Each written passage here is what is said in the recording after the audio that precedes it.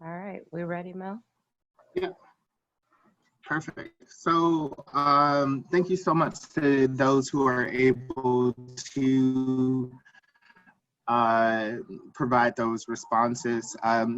We're really excited to launch into the conversation that we have here today, just around, centering justice, Washtenaw County community conversation about COVID-19, equity, and education.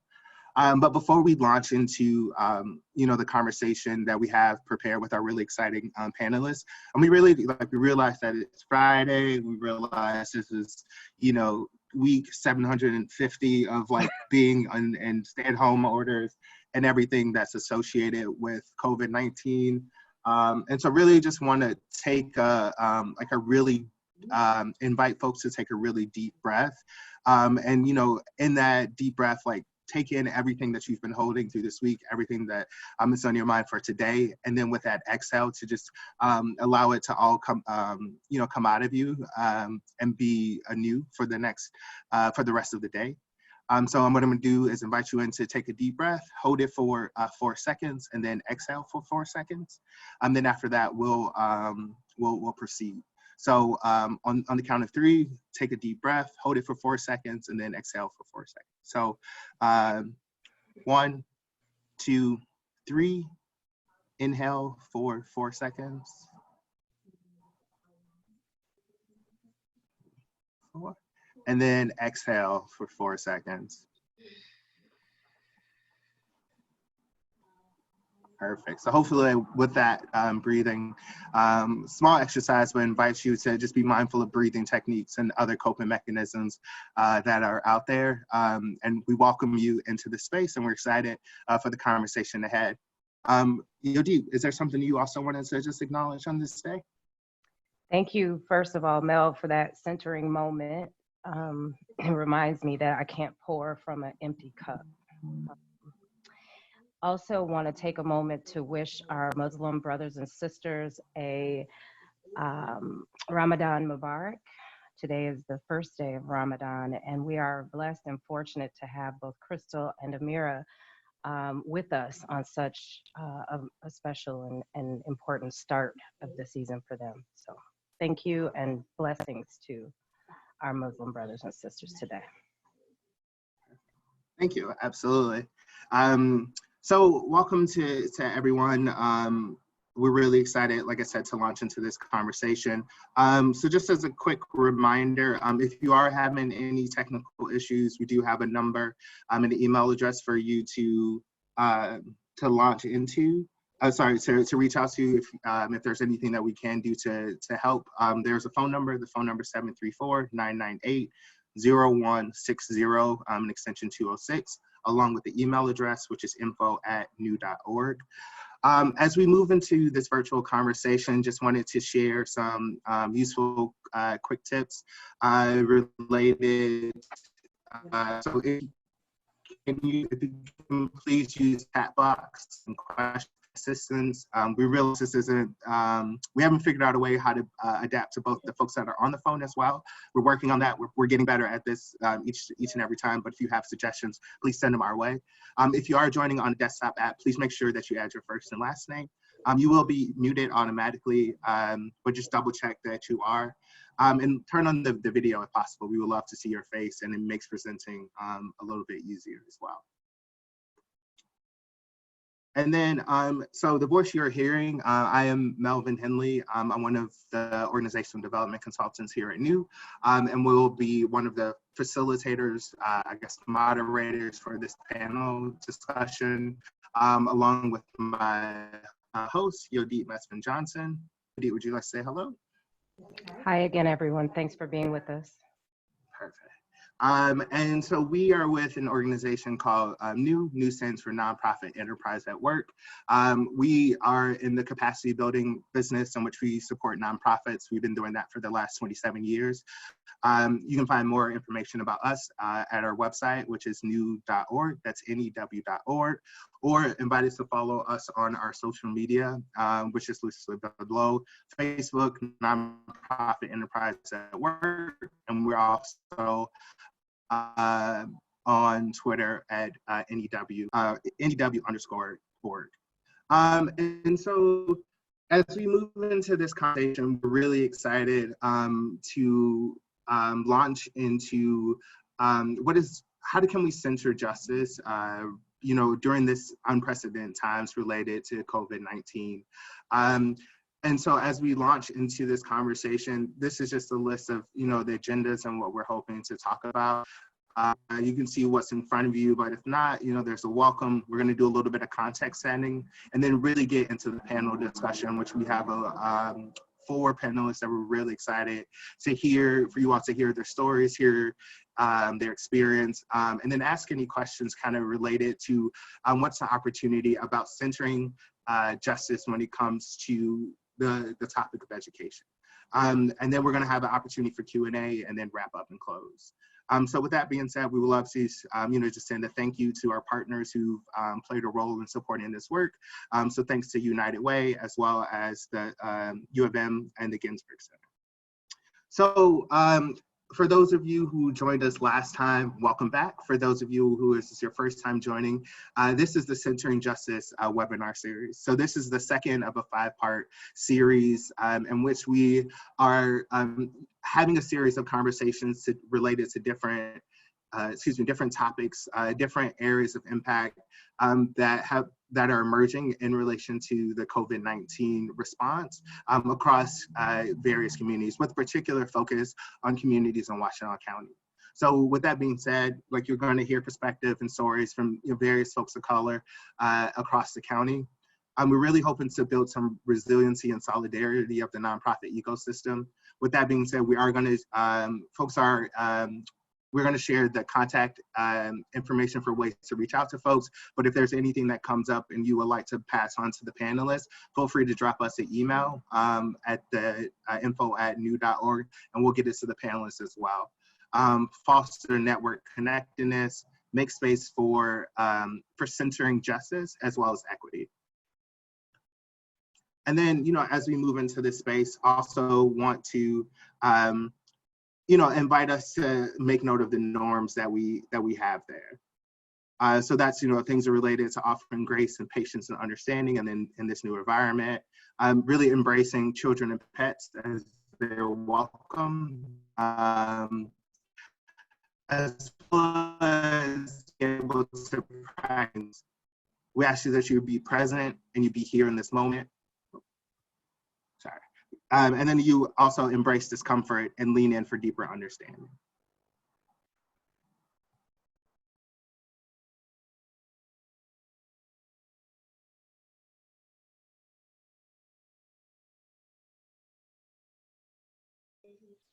Did we lose Mel? I think we might have. Okay, let me see if I can help here. Can you share the screen? That's what happens when you ask for grace. You really need it, right? Thanks for bearing with us, folks. So as Mel said, we wanted to ground ourselves in the norms, and the next slide really talks about education as a passport, right? Tomorrow belongs for those of us who are preparing for it today.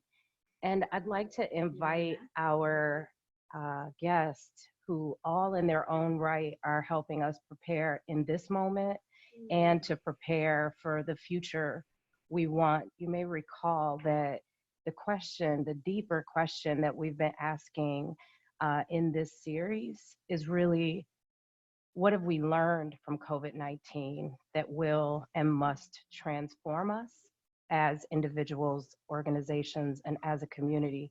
So the session itself is designed to create a space for us to hold that tension of our now and of an abundant future. So can I have you can go to the next slide, Ananya. Can I end the next? Thank you. Krystle, would you quickly introduce yourself, please? And then we'll just go in order of the slide photos. Sure thing. My name is Krystle DuPree. I am the Vice Chair for the Outreach Committee for WCDP. I am a Secretary for the Black Caucus, and I am a mom who has a son who uses special education services. Thanks so much. Hi, my name is Ammerah Saidi. I'm a Dearborn Public Schools teacher, a mother of two. I am also the founder for Michigan Ed Justice, which fights to protect public schools and humanize them. And I'm also a member of the Michigan Caucus of Rank and File Educators, or MICOR. For any educators on the call, please follow up if you want to become a member of this social justice caucus. Thank you. And it's in that capacity that we invited Amira, Michigan Ed Justice. There are several of us in Washtenaw County that are a part of Michigan Ed Justice. Thank you again for being here. Hi everyone, I'm Nuola Akinde. My pronouns are she, her, hers, or they, them, their.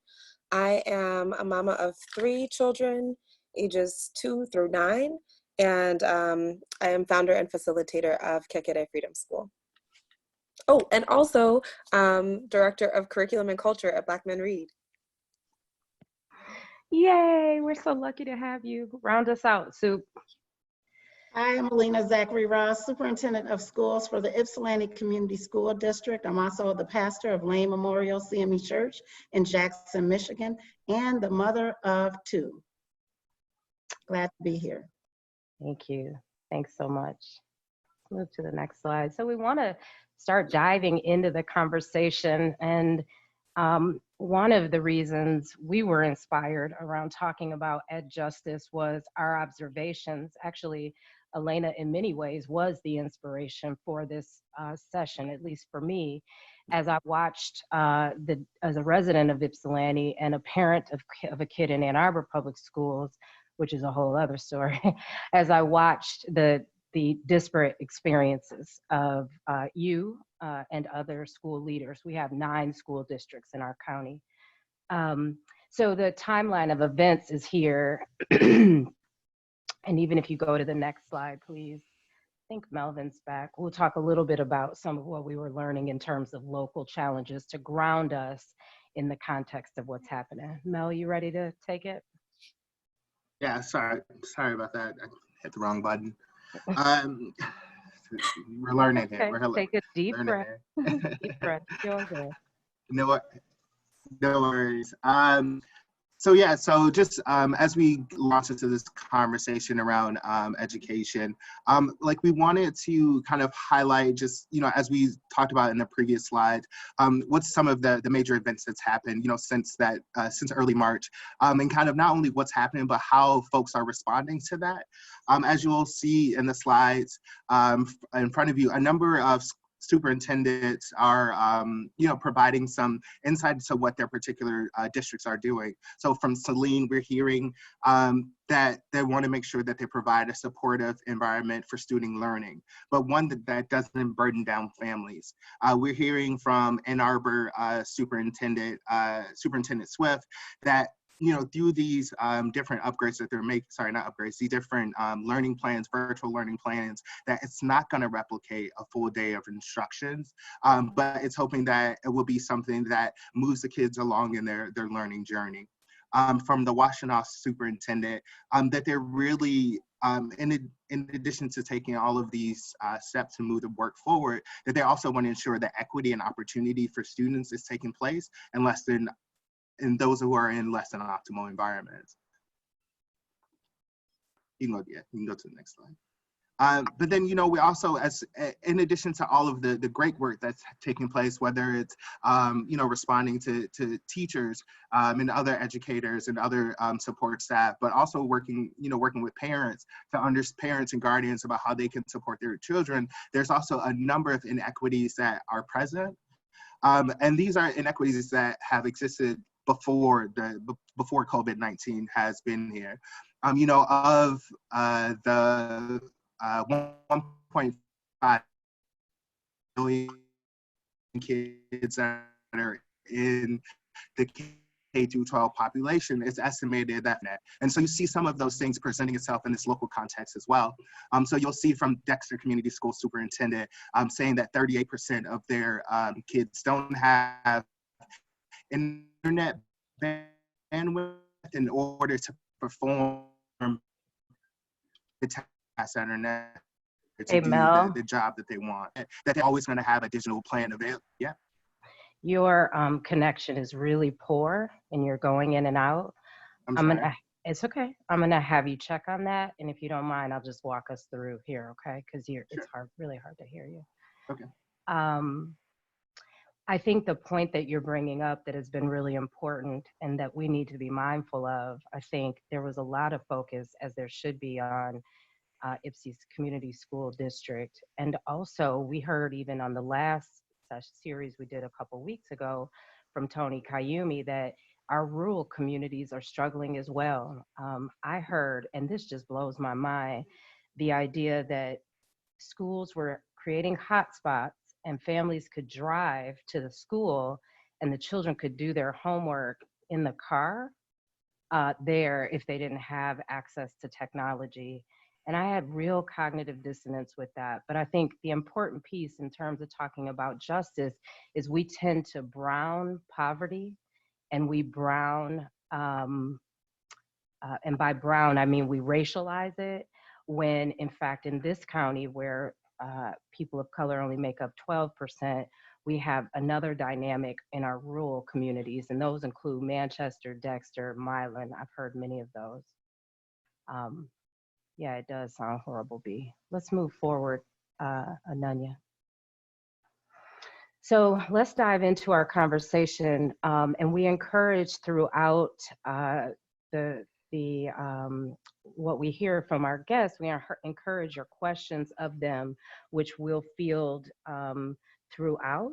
And we've asked each of them to think about those important, their own experiences, and to share through storytelling what it's been for them to navigate the education system. So I'd like to begin. You met her briefly with Krystle DuPree, who is a social worker here in our community, as well as a mom of a son who's taking advantage of special needs services in Ann Arbor Public Schools. Krystle, talk to us.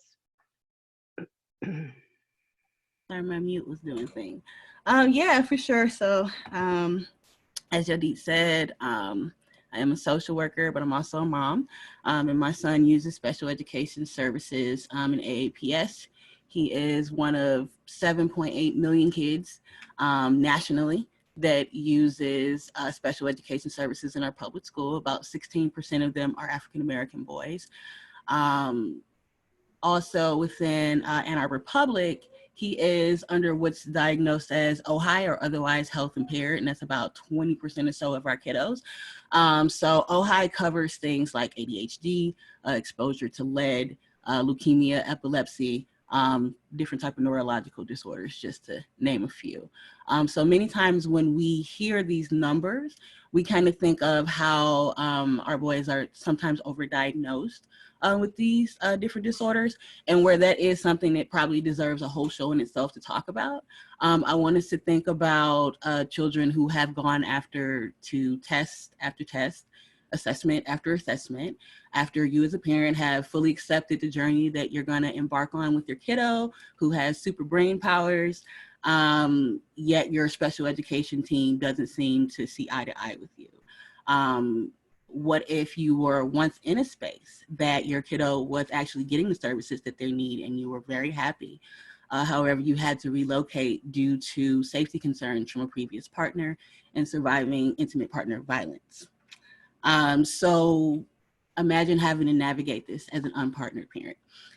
All these things that are going on while being asked about whether or not your son has male influences in his life, and whether or not he can be put into sports and things of that nature, rather than allowing clinicians their diagnosis to really be a guidance as to the services that he was receiving. And again, you know, a social worker, I'm also a veteran. So for me, it's very hard pressed for me to ask for a lot of help because I'm used to being the help. So that's where everything got a little mucky as we moved around and we needed to get additional services. Service needs change, you know, particularly when we're talking about neurological disorders. As the child gets older, their needs for services will change. It may develop to something with speech and language, which is what we're currently dealing with right now. So I just really noticed the way that the interaction was led before I even mentioned I was a social worker. Before I mentioned that I was a U of M student, before I mentioned I had all these layers of I do community things, The way that I was received was a bit different. I remember being asked after I met with the school social worker to see what was going on with my son's behavior. And I remember leaving and being asked if we needed warm clothes and food and things for the winter. And I asked, well, I don't, recall expressing that we were in any financial need or anything like that. If we were, I would really appreciate that. On the same token, that wasn't the type of support we were asking for. So were you saying there was like some assumption that you might need help? Yeah, the assumption, that, a lot of times single moms, the assumption is that our kids lack. They just lack. And people try to figure out what they think we need rather than just asking, because asking, I'm very good at saying, hey, after I've done all this research, this is the support I think we need. So asking, and it actually kind of got a little bit worse because I started thinking like, well, maybe I'm not using the correct language, maybe I'm not doing the tone thing or the code switching thing. So I decided, let me fix my tone of voice. Let me utilize socialized work words and ask, well, how do you build a rapport with my son? That did not actually go well. I thought it would, but it didn't go well. The answer was, well, I think I have a good enough rapport for the 20 kids on my caseload. Okay, well, there's that. So it really wasn't a direct answer. And obviously, after this going back and forth and roundabout, it got to the point where I need to reach out to the district, to which that's what I'm doing now. And again, this is another one of those layers. I actually complained about this in a board meeting for the WCDP, and someone says, hey, and the can I help you? WCDP is what? The Washington County Democratic Party. Okay. So somebody complained about what? About what I had been experiencing. And actually, I'm planning on organizing a town hall for parents on special education that is parent-led. So that was really one of the biggest things, wanting to organize that town hall because we need that additional support. And once I said it, somebody chimed in like, hey, I can help you. So it made the process of actually contacting the superintendent a lot faster. But it did get to this point where we had to contact superintendents. And, with my son, he manages ADHD combined type. That particular neurological disorder, and I really want to point out that it's a neurological disorder, that particular neurological disorder, people tend to look at differently. So for example, I wrote down what if low impulse control and low tolerance for frustration and distractibility is actually seen as anger, aggression, disrespect, or hard-headedness. Are we actually seeing symptoms of a disorder that can be addressed? Or are we seeing innate issues within a child? So when we talk about behaviors when it comes to ADHD, by proxy, it affects the academic environment. So are we paying attention to the academic components of ADHD and how that affects that child? Or are we just looking at the behavior? So that is really what a lot of my experience has been, really trying to help people understand this is a neurological disorder, and we're seeing symptoms of a disorder, not so much behavior that is innate in a child who, lives with a single Black mom who dad is not at home. In other words, he's not a bad kid. Right. So how is he doing? How's he doing? He's doing okay. He's over this whole COVID thing, that's for sure. He misses his friends. What I have done to try to support him, because we haven't actually had these supports met, I purchased him a social skills platform. So he does that every day. He does social skills lessons, and we go back and forth on ways to do that. He FaceTimes with friends sometimes. And then we've also got him a little bit extra because academically he actually does very well. It's just when we know where he's at and we see a regression, or see him plateauing when he should be progressing. So that's what we're seeing with him academically. But as far as the work he's given, he actually kind of runs through it. So we give him a little bit extra at home, just to make sure, again, we're challenging him. But the biggest issue we're having actually is speech and language. And that really concerns me because you have to have a conversation with someone to get better with speech and language. And I would love to, be able to have like Zoom things like this where he can speak to a speech and language pathologist and they can go over what's going on. He's not getting that right now. No, he's not. He's not. So that's one of the things we're going to talk to the district about is, you know, how are we going to go back about getting him these services? Our issue with the IEPs. Are you saying that he was not getting any IEP or support from speech pathologists during this pandemic? No. So this is my son. I received the emails that giving me a link, and the link was to, like, you know how we have these different resource lists, right? For parents. So it was a link to a resource list, but it did not like specifically children who have ADHD. This is their speech and language issues. Pragmatic language is really our issue. So it wasn't really specific with that. So it really became overwhelming and daunting. So I reached out to other friends who are speaking language pathologists and asked specifically what can help with what Titus is experiencing.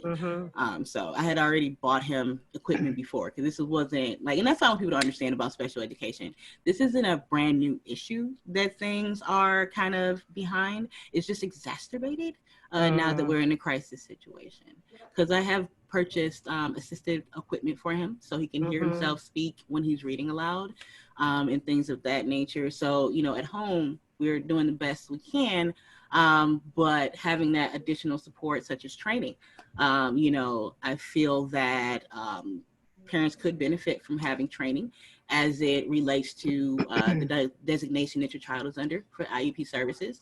And I think that, you know, maintaining IEP services, whether or not they are annual IEP services or something that's past due, maintaining the IEP meetings that were already planned are pivotal to making sure that you can actually collaborate with parents and be able to address those needs. So.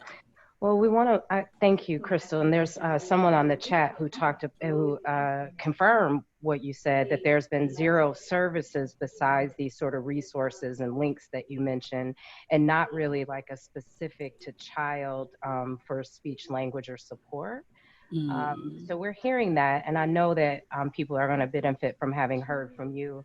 Let's move to and no accommodations for work, the school work that they're getting. I would encourage you to reach out to that parent also that's in the link. We want to make sure we're supporting each other. Ammerah, what are you seeing? I know you're working closely as a teacher with SPED teachers. What's happening in your world?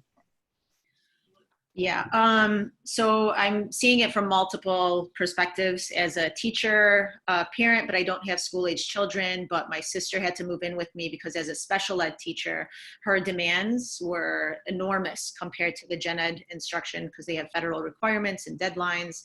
And she's actually an SLP, Krystle, so let's also talk about that. So, and then as a community organizer, particularly for Yemeni immigrants in the community I come from. So when I spoke and we had a kind of prep meetings, Yodit, you know, mentioned that I can speak from where I come from, not necessarily as an organizer. So I started to reframe and think about how, because there's so much we can talk about with this pandemic and what it's revealing. So I'll start there. I am a child of Yemeni immigrants. They came here in the late 60s and 80s. And I lived the struggles that I currently see with our, you know, community now in Dearborn Public Schools and in Dearborn in general. I believe that public schools have historically been founded with the intent to maintain economic and racial inequalities. And I definitely think this is based on a centering of whiteness. And I go back to like the turn of the century, if you read about the founding and start of compulsory schooling, the phrase "kill the Indian, save the man" comes to mind. And it's not as, you know, explicit as that nowadays, but it's definitely as, it's still there and it's insidious. So what I believe the pandemic has done is that these inequities and injustices have always existed. They're just laid bare for us. And that's similar to what Krystle has said about, you know, the special kids with special needs, not getting adequate services, for example. And now with this pandemic, without the access to these people and the resources, what does that actually mean? What were they ever truly getting? And I'm not blaming teachers. I always like to clarify that it's a systemic issue. It's like doctors who can only see you for 10 seconds, right? Because it's about the money. How many kids can we get through the door? So the things that have been laid bare are like housing, income, food, and healthcare insecurity. In Dearborn Public Schools, we're close to 80% free and reduced lunch, and people typically think of Dearborn as a suburb, when really it's an urban context for a lot of our community members. Some of the issues that I've seen creep up, I'm also a member of the union, so I'm a building rep. And some of the issues we've talked about is, number one, the digital devices displacing humanizing instruction. And people think getting a device in front of a kid is going to solve the problem. And there's an article that I read, and I love the title, and it really stuck with me. And I know that Alena has, a perspective, and we've talked to each other. We're in agreement here. It's about access. But what we're saying is when they treat the devices as solving the problem. So for example, in Detroit, an article just came out where a number of organizations, and I think including DPSCD, are donating 51,000 tablets to their students. And one person in the article said they are leveling the playing field. That is not leveling the playing field. This is giving a device and that's it. You still need to think of the internet, and then even if they have the device and the internet, what adult is there to help them understand the content and the information that's being provided? And if you really want to level the playing field, let's start at solving poverty, for example, right? Let's start at solving the issue of safety in communities. So here's an opportunity. Oh, and I also wanted to mention privacy. So that's another issue with the technology piece that we're seeing right now. I don't know if anybody, I see a lot of Ann Arbor people, but the Google Hangouts had to be suspended in Dearborn because kids were intentionally coming in, and I don't know what the phrase is. It's not like swatting, but they would share the codes and they would go crash the meetings. They would share pornography. And this was not just in Dearborn. We heard about it in other districts. And so we had to suspend it until we could figure out what to do with these situations.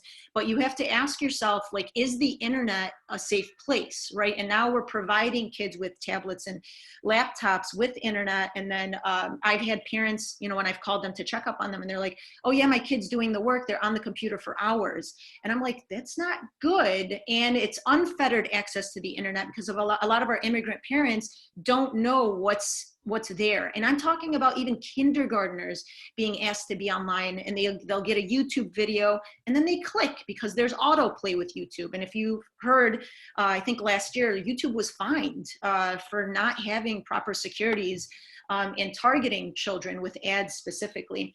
And with the privacy link, I just want to mention, for example, Project Greenlight, which is used in Detroit to monitor communities. And there's such a thing as surveillance capitalism. This idea that we think in the name of security, in the name of education, we give up just a little bit of privacy, but we have so little to begin with, and then put on top of that a Black and brown poor community, for example. How much privacy do they actually have? And then now, providing all these tablets and internet, and let's not get started on the predatory nature of Comcast and AT&T. They're never going to do anything that's not about their bottom line. So when they're providing free internet services, we need to question where that's coming from, and ultimately, what do they want to do with that information that they're collecting? So with this pandemic, here's an opportunity to remake schools to be more humanizing. And I've got 4 things listed here, and I've been timing myself, so I'm at 6 minutes. I'll whip through these. Number one, we're able to get rid of standardized tests, which are racist to begin with. And if we can do it for 1 year, why not every year? The second thing is going to devices. I'm going to leave that to Alena. You're the expert on it being about access. Number 3, I said flipping the schedule. So for me as a Muslim, it's Ramadan. We typically would have to get up and go to school at 7 in the morning, but here we have an opportunity. Let's flip the schedule. And I'm reminded of back in 1997, the superintendent had actually asked the Muslims in the community to change the date of our holiday. And that was in 1997. Dearborn has come an exceptionally long way since then, but it's become because people have agitated. They've expressed hey, we're feeling that we have to assimilate, not acculturate, and lose a part of ourselves. So here's an opportunity for us to act in solidarity with our Muslim students and families and flip the schedule. Record yourself so they could watch it at 3 in the morning when we're typically up during Ramadan. And then Number 4 was Indigenous familial teaching and learning. Here's an opportunity to ask our students to interview family members, to do some research on their cultural rooted history in their communities. And I'll stop there. So, yeah. Thank you. There were like 17 things I wanted to say to you, but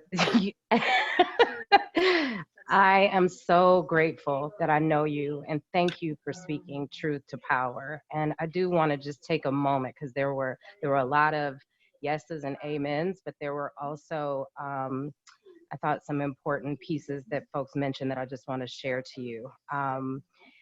You know,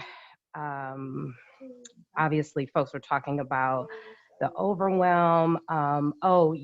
Your quote, treating the devices as solving the problem, was such a, really resonated. And another person expressed a discomfort with their child being given a Gmail account, to your point about, security access and access to our children.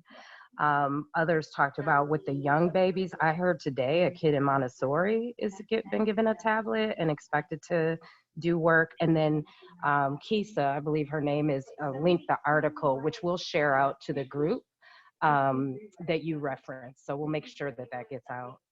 And Yodi, can I just add just one more point to that? Yeah. There's a podcast, and Edward Snowden was interviewed, and and he had mentioned, for example, we as educators, we have to use Google, what is it, Gmail. Classroom. Oh yeah. But the whole thing, with the calendar Yeah. and everything. And he says, Yeah. when there's no choice, it's actually become compulsory, right? That if there's no, it's a monopoly. So then you don't actually consent to any of it. So. You brought up Indigenous teaching, and as a parent myself, I have really struggled with this looming sense of like, if I don't do everything they sent to us, and I don't, we don't get through that the risk might be that my son won't be prepared, or that he won't be ready.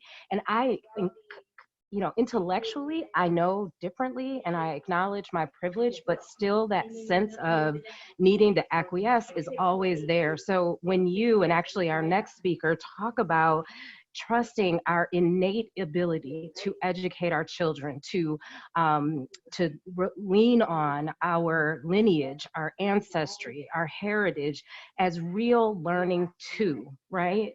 And that we have a choice to disconnect. But part of it is grappling with alternatives.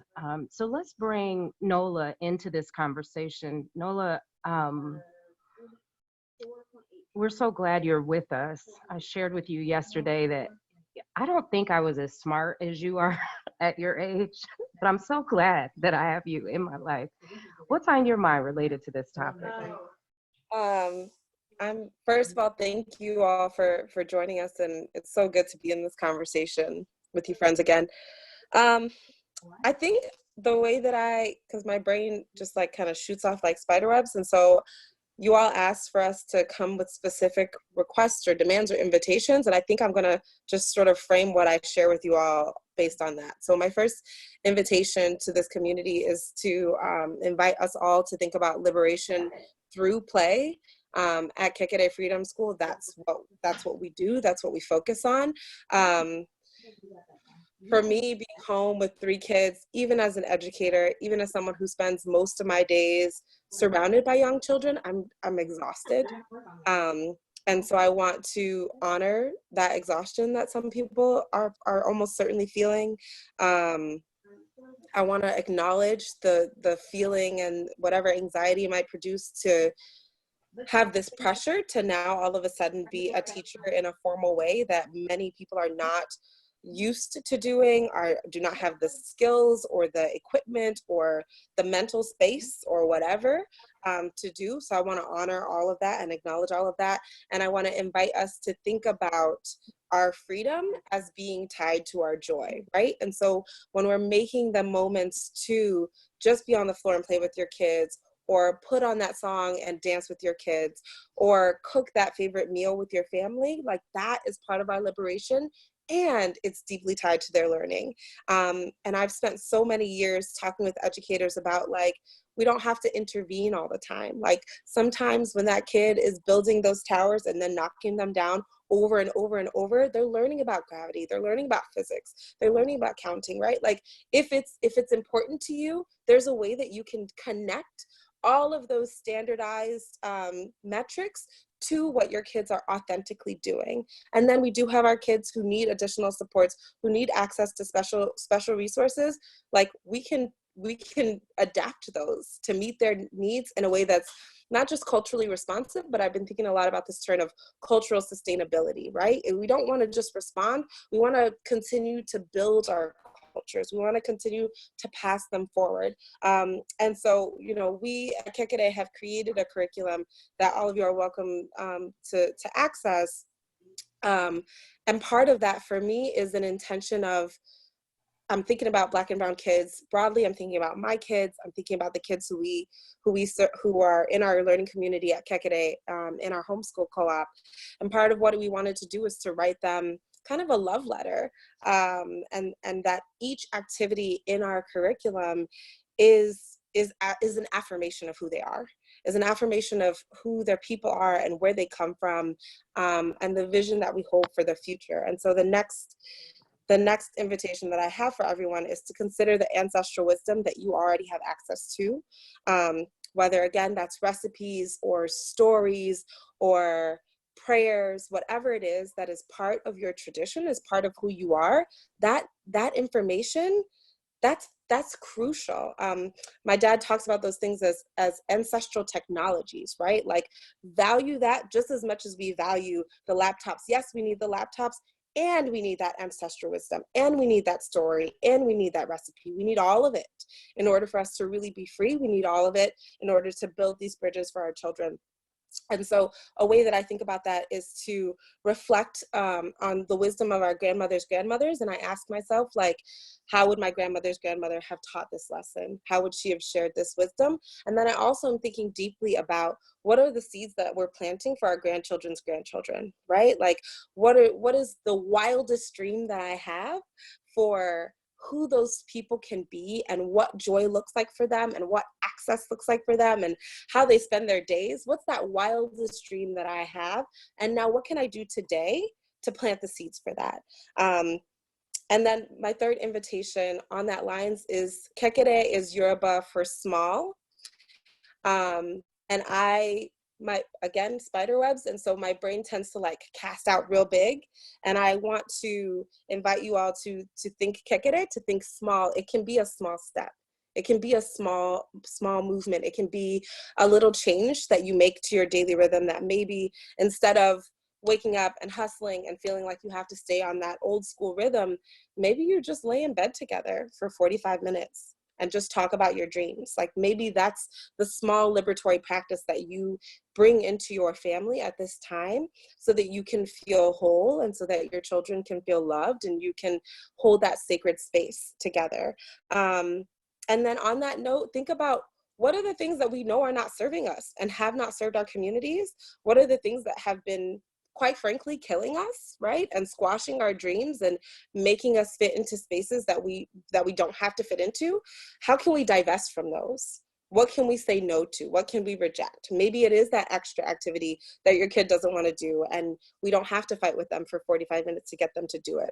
Or maybe it's a certain type of media that you've been consuming on autopilot and you decide to say no. Like whatever that is for your family, I want to invite you into that. For me, it was even feeling like I had to replicate our whole day schedule that we do at Kekere. And then I was like, nah, we could just do it in 3 hours. Like, it doesn't have to be an 8-hour thing. We can do it in 3 hours. And then I can send my kids outside for 2 hours and I can get my work done and know that I've nourished them and that I also have space to do my work. And also, again, like, you have so much knowledge. You have so much wisdom. Like, I can't emphasize enough that our one core thing that we know about Indigenous ways of educating our children is that like everybody was participating in it and that that everyone's wisdom was valuable, that whatever it is that brings you joy, whatever your special gifts are, that's important. And we want you to share that with your kids. And then of course, when we're able to have more contact with each other, but even virtually, like hop on a Zoom call or a conference call and rotate reading stories and sharing prayers or whatever it is that is meaningful to your family. I'm bad at time management, so I'm gonna pause. Those are my invitations that I wanted to share with you all. That was so perfect, Nuola. And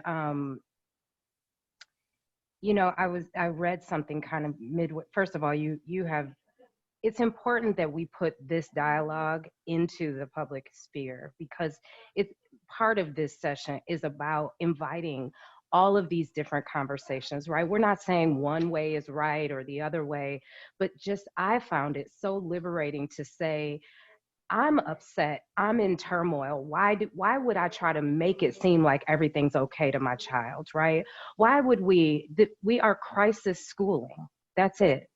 The other thing is, some serious things are happening in the world, and it's important that our children know that we're honoring that as well. And so I've started to have conversations with my son about, hey, this is different and new and feels very strange, and create just space for him to acknowledge that as well, right?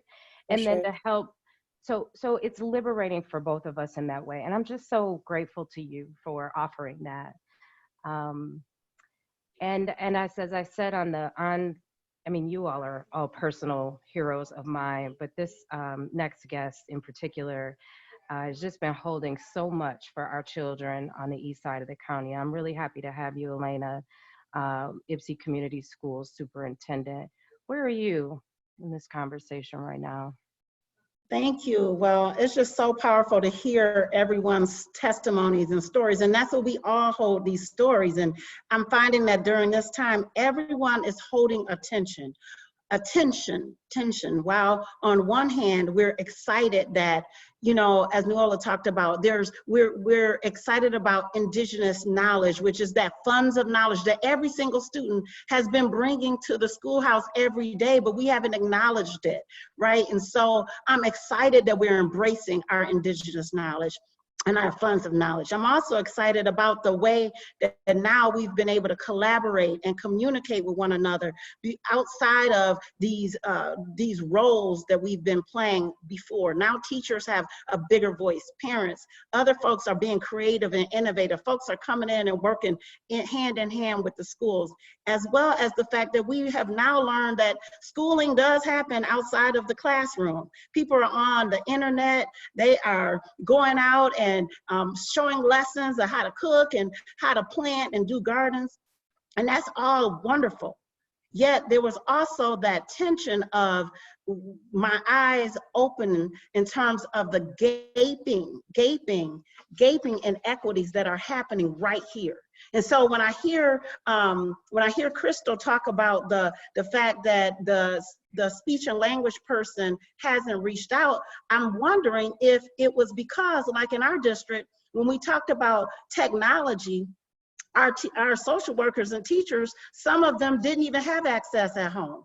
They have been reaching out and using their own computers, the desktops that we had given them at work, but they didn't have laptops. So we had to start off by giving 150 laptops to our own folks in order so that they can reach out and teach. Some districts already had that. They already had technology and devices for all their teachers that were portable, and all their staff, support staff, and all their students. So we're seeing immediately that others were able to roll out their technology while we are just now getting it in. We ordered them all, but they weren't here. They weren't readily accessible.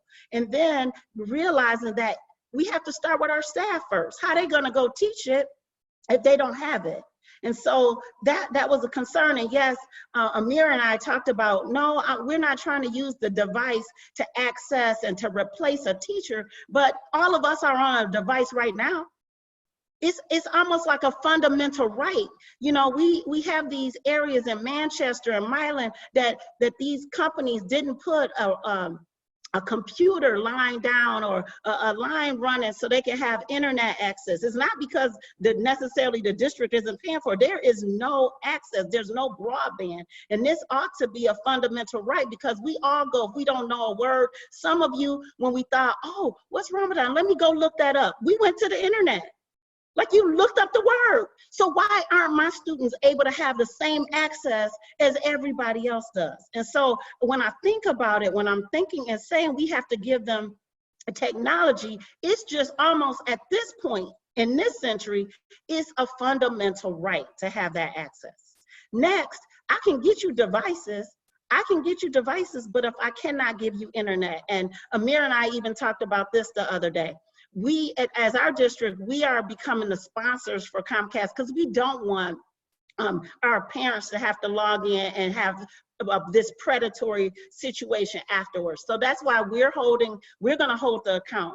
Yes, Comcast is making some kind of rules and saying I can have access and I won't be in trouble if I didn't if I had a bill. But imagine how many mothers out there who know they have that burden, that stress of knowing that they had a bill and that they maybe couldn't pay it, and they had to let that go because they had to pay for food.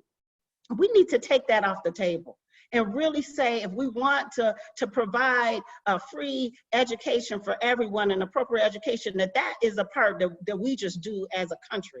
We need to do something better than that. And then we have to think about, so then what are they gonna be able to know and be able to do after all of this? No, we don't care about, and I'm so glad Krystle and Amira talked about, we've wiped away testing now, we've wiped away all this evaluation. What is it that we want our students to be able to know and do in the middle of this? We don't have to, even when we talk about, somebody mentioned we have them on a Gmail. The reason why districts have them use their school account is because we do protect them. It's an account that the school email cannot be used and sold off by Google. That's the reason, the rationale. So please use that that email address. There's not like the regular Gmail. So we want to protect them, but we also want to teach them that, right? Like, because if most adults don't know why we do it, that we pay for that access so that they cannot be contacted outside of with these agencies, and they're checking on them and they're looking at what they're saying and writing. But then we've got to say, what is it? Are we going to be prepared for the recovery? Because they're experiencing some things at home right now. Some people who are sick, some people who are dealing with layoffs and stress and anxiety. Are we preparing our students for what they need to have when they are able to come back? And maybe they had a teacher who was on a ventilator, or maybe somebody that didn't survive. So when we ask what we need to do afterwards, we need to look to really think about what we can do right now and afterwards. Quit putting up all these barriers and what we can't do. We can all waddle on that, but we can all come up with solutions. We can all be innovative. We can all use our voice and our creativity, because I believe that this county, we have what it takes. Secondly, we got to say we're not going back. I'm not collecting those computers. Why is it that some districts already had one-to-one and YCS didn't? I don't know the whole story. I'm just now getting here. It's my first full real year. But I just want to know. I want to know, why is it that other communities know that these students can and believe that their students can take care of the devices, but we don't have that same faith and belief in our students in YCS? And last, how are we going to really support our school districts and work collaboratively? They used to be the centers of the community. Let's get back to that. But how do we do that? Like, how do we move beyond, as Nuola was talking about, seat time waivers? We only go to school for a certain amount of hours because they make us. Right now, we're operating on a seat time waiver. We're going to go back and there's waivers, but we have voice in that. So what do we do? What do we do? What can we do? The governor said today, we all have a role to play. In education, we all have a role to play. And let's take up our flag, let's take up our speak and use our voices and play that role. So powerful, Alena. When we were on the planning call, I was really inspired when you said, I don't want to hear what we can't do. What can we do, right? And that's really at the crux of the questions here. Many of us, perhaps many on this call, as I'm watching how wise the comments are, we already knew what was happening on the east side of the county. We know that since the early 90s, education policy in this region and in this state has positioned us as one of the worst in the country for education outcomes. We've known, it's not new that Black and brown children are struggling in this community. Today is the first day that Detroit kids even got access to distance learning or online learning. That's not new, as you point out. We've known it, and we talk about it, and we gaze at it, and we pontificate about it, and we politicize it. But at the end of the day, we are complicit in the generational, frankly, genocide. We have, if I understand, there are more than 90% of children in these school districts that, according to the test, right, aren't reading at grade level. And that is irreprehensible. That's on our watch. That's why Nuola and I and Tammy started Black Men Read.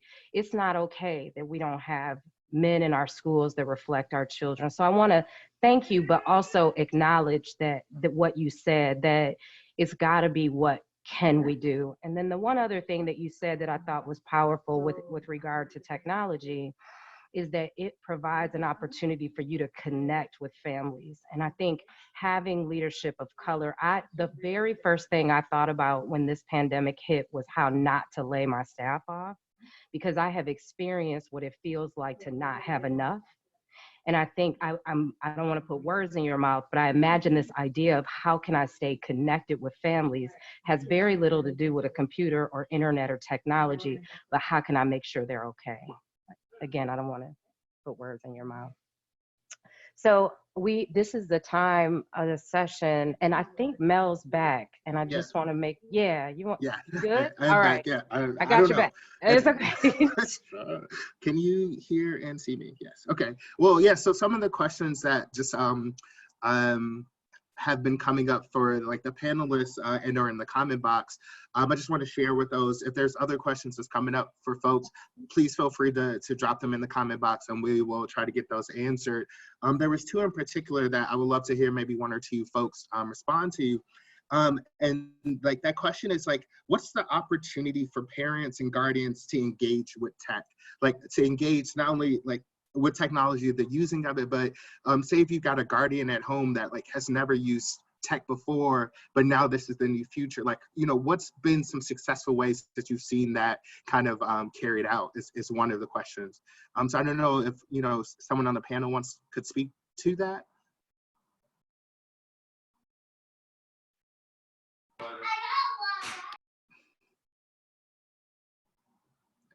Well, as a district, we understand that, you know, we're giving them something new. And so that's why, again, we started off thinking immediately, oh, how do I write my continuity of learning plan? What do we need to do to turn this into the state? And then we had to take a step back and say, what do our families need? So we're creating a helpline for mental health support. We have a helpline now where you can get technology support, and that's because of the community. It's people off on tech departments who know they need to help. We can't just give you a computer and say, oh, now go therefore and use it.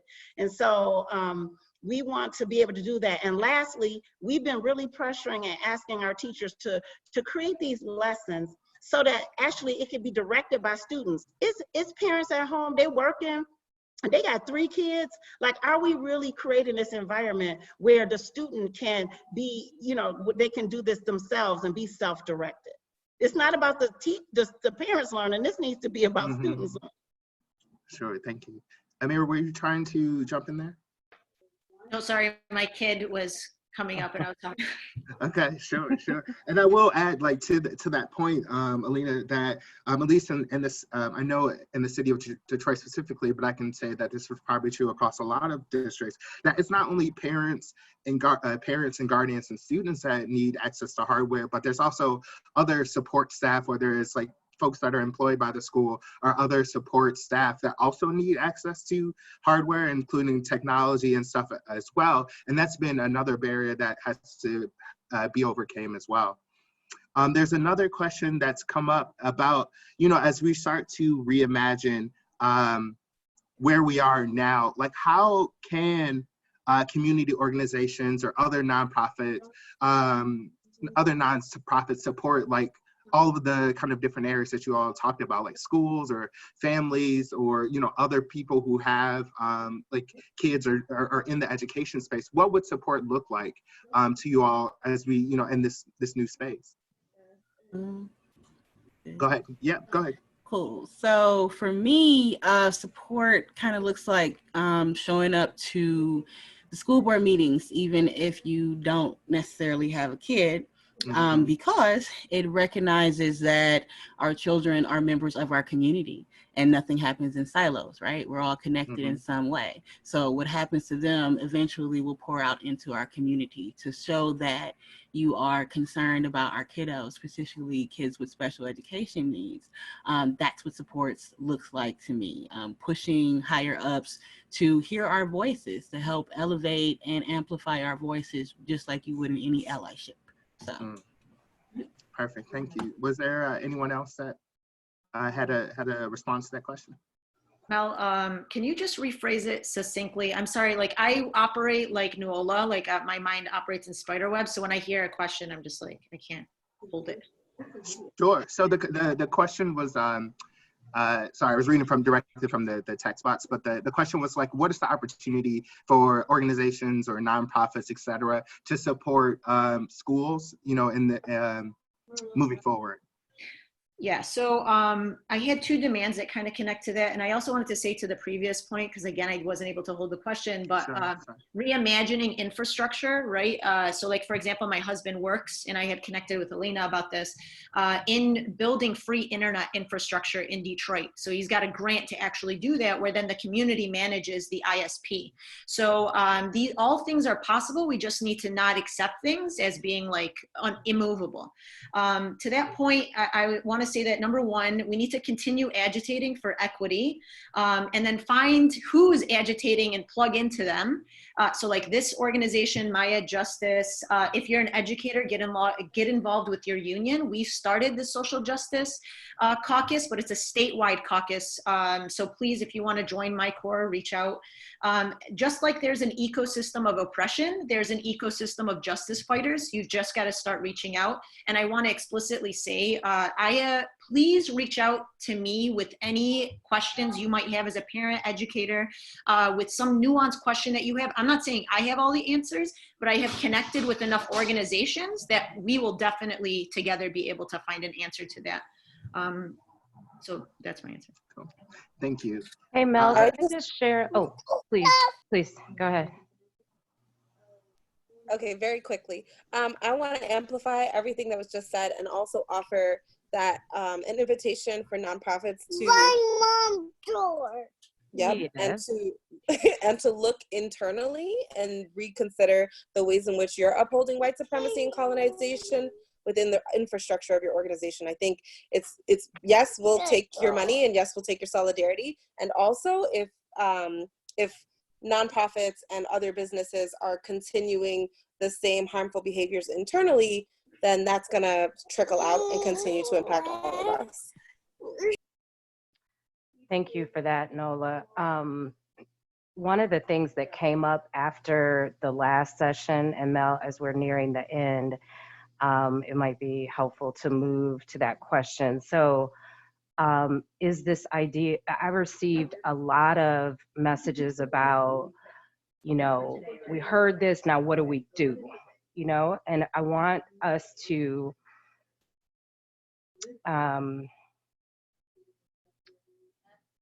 hold the tension between doing, which often causes us to replicate systems of oppression, and being, which allows us to really think deeply about opportunities at a systems level and really at an individual level to lean into the moment of radical imagination that we have.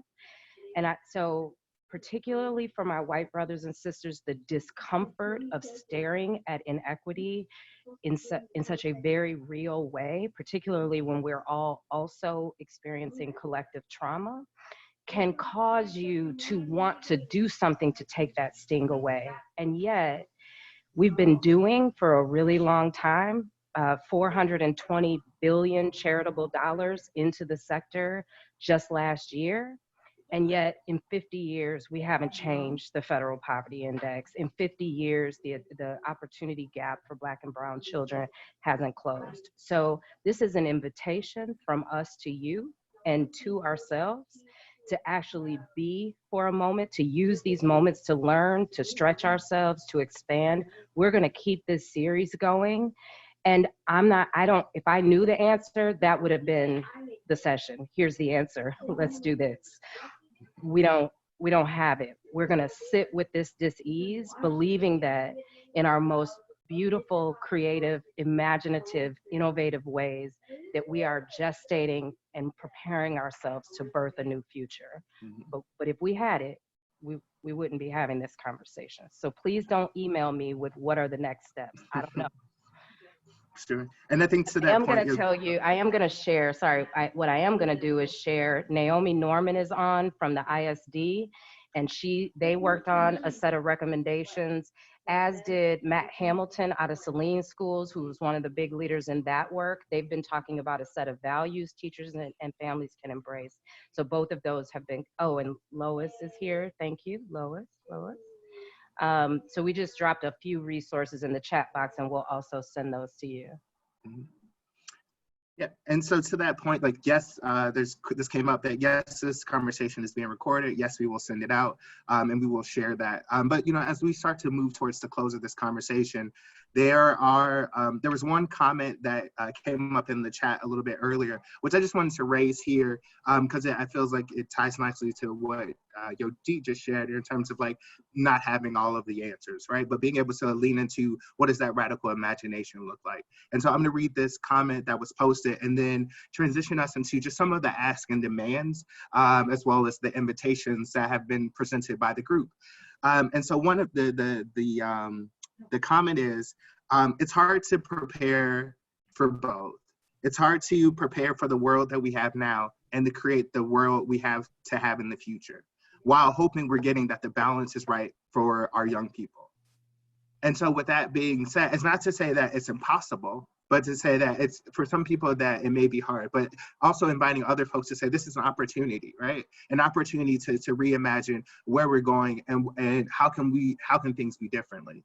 So if you advance to the next slide, over the course of the panel, there's been some things that have been said, some kind of questions that have been raised by the panelists to say, like, what if we did do things differently? So some of the questions that came about is, how can we keep in mind what's the social emotional impact of this experience on me, on you as an individual? But then also kind of thinking about what's the impact on my kid that I'm looking after. The other siblings that may be in the household, the other folks that may be where I am as well. How can we go about raising the question about what can I do in this moment in time? Not thinking about what I can't do, but what am I capable of doing in the here and now? How can we consider how schools are working with students and parents and guardians? What's that relationship now? How are parents accessing information? How are we having that transfer of knowledge? You heard Nuola talk about, parents tapping into the expertise that they have, and then also, understanding how to tap into the expertise of teachers as well. How can we reflect on how technology is being managed? How are parents being informed about the different uses or like the different pitfalls of the internet, et cetera? How can we ask ourselves how parents and guardians are pushing back on and holding school districts accountable in this time? We realize that a lot of things are happening pretty quickly, but how can we make sure that there's still accountability there? How do we identify what is not working for this learning experience? And then also kind of asking the question, how can we fix it? And not just, staying in the one place where just saying, this isn't working, my kid's not doing this, my kid's not doing that. But instead asking, what's the opportunity? How can we be proactive in making that change? And then how can we also lean into this opportunity as a partner and a co-learner? How can we embrace the curiosity? How can we embrace, a kid or child wanting to look out of the window or, play different games or being creative? And then lastly, how can we go about reviewing the relationships that exist across the educational experience? Whether it's parents, guardians, providers, special ed teachers, counselors, all of the different players in this room that are in that space. Are there opportunities to improve? Are there opportunities to do more collaboration? So those are some of the collective asks and demands that have come up. And we know there have been many more that have been presented and like kind of talked about, but those are some of the ones that we wanted to invite you to think about as you all continue to engage in this work and to continue to place, racial justice at the center of these conversations. So as we're moving closely towards the end of our time, if you want to move to the next slide, we really, want to say a huge thank you to all of the panelists that we have had participate in this conversation. Can tell by all of the comments that there have been a lot of like head nod and agreements, as well as like invitations to think more deeply about some of the stuff that we have talked about, and realize that this is the second of 5 meetings that we had talked about. The next conversation is going to take place 2 weeks from now. On May 8th, and then we're going to have one on May 22nd, and followed by June 5th. So please mark those on your calendars, and we would love to have you participate. I saw your. I just wanted to tell folks that the upcoming series will look at economics, economics and equity, and criminal justice. Economic justice and criminal justice. We're just trying to line those speakers up, so stay tuned. And yeah, I'm sorry, can you, and so, as we continue to improve on this experience and continue to add to its richness, we would love to hear your feedback. There is an evaluation form. You can see the link on your screen. I believe you can click it on the screen. If not, we'll drop it into the chat box. It will also be emailed to you if you RSVP through the. Please fill that out, you all, and tell us what else you want to learn about. Mm-hmm. And so there's the survey. We'll get it dropped into the email inbox. And then if you want to move to the next. Yeah, and just want to, again, as we come up to time, just say thank you so much for participating in this conversation and adding to the richness with all of your different thoughts and perspectives. Again, a huge thank you to all of our panelists for joining us. Thank you to Yodit and Ananya, who assisted with the technical issues as we wrote through those. Thanks to Ginsburg Center, who gave us this Zoom account so nobody gets locked out. Indeed. So yeah, as well as our partners over at United Way. And so if you... I just heard that Jason Reynolds is doing a live IG at 1:30. For anybody who loves Jason Reynolds, you want to run over there with your kiddos. And so if you click to the next slide, there are just some resources and links that have been compiled that touch on a few of the things that's mentioned. So this is included in the slide deck, so that will be a part of the packet that you all received. But thank you all so much to those who were with us today, and we look forward to welcoming